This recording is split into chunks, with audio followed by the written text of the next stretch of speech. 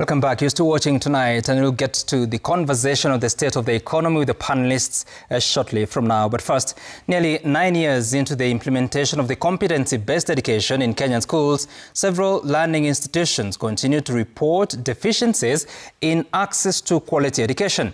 A new report on the state of education in Kenya has raised red flags over critical challenges threatening learning outcomes across the country. Among the top concerns are severe shortage of teachers and lack of basic infrastructure, including classrooms, toilets and laboratories, which continue to impact thousands of learners daily. Emily Chebet looks into the report and what the findings mean for the CBE transition from junior secondary to senior school that is just about 5 months away. Despite the government's yearly allocation of billions of shillings to the education sector, the grim reality on the ground remains alarming. A report by Usawa Agenda and Zizi Afrique paints a picture of an overstretched education system with a teacher deficit of over 100,000 across the education ladder, from early childhood education to technical institutions. A reality linked to declining academic performance in government learning institutions. According to the report, junior secondary schools and senior secondary schools have the biggest deficit.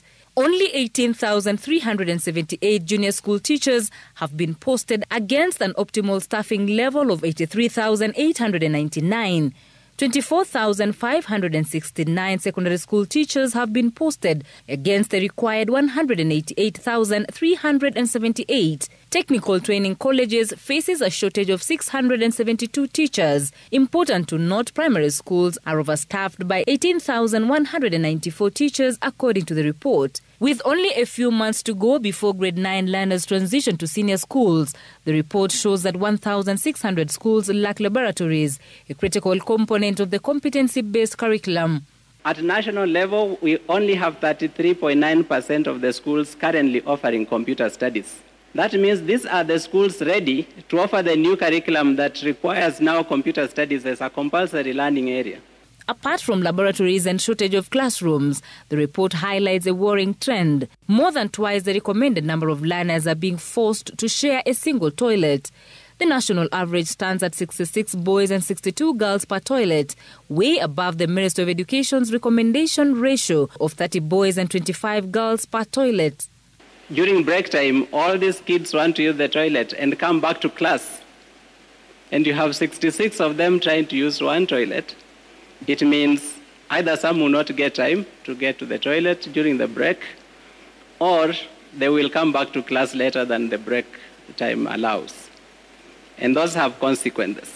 But the Principal Secretary at the Ministry of Education, Ambassador Professor Julius Bitok, was quick to dismiss some of the statistics, particularly those on pupil-teacher ratio. He insisted that the government records shows 434,000 teachers have been hired to serve 1.2 million learners, arguing that the gap is not as wide and will narrow by 2027, with more teachers to be hired this financial year. 434,000 teachers employed by the government of Kenya. So you get 1 to 29. The global UNESCO recommended student-teacher ratio is for every one teacher for senior school, or rather secondary school, is 1 to 35. According to the PS, the ministry has already mapped the 1,600 schools that lack laboratories, and construction is set to begin within 3 months, with a promise that by January all public schools will be ready for the grade 9 transition to senior schools. The latest State of Education report has lifted the lead on some of the pressing challenges in the education sector. Key concerns include teacher-pupil ratio and infrastructure, particularly in senior schools where the current grade 9 students are supposed to transition next year. The stakeholders are calling for collective responsibility to ensure that the pioneer class transitions smoothly. Emily Chebet, Citizen TV, Nairobi. Now, Interior Cabinet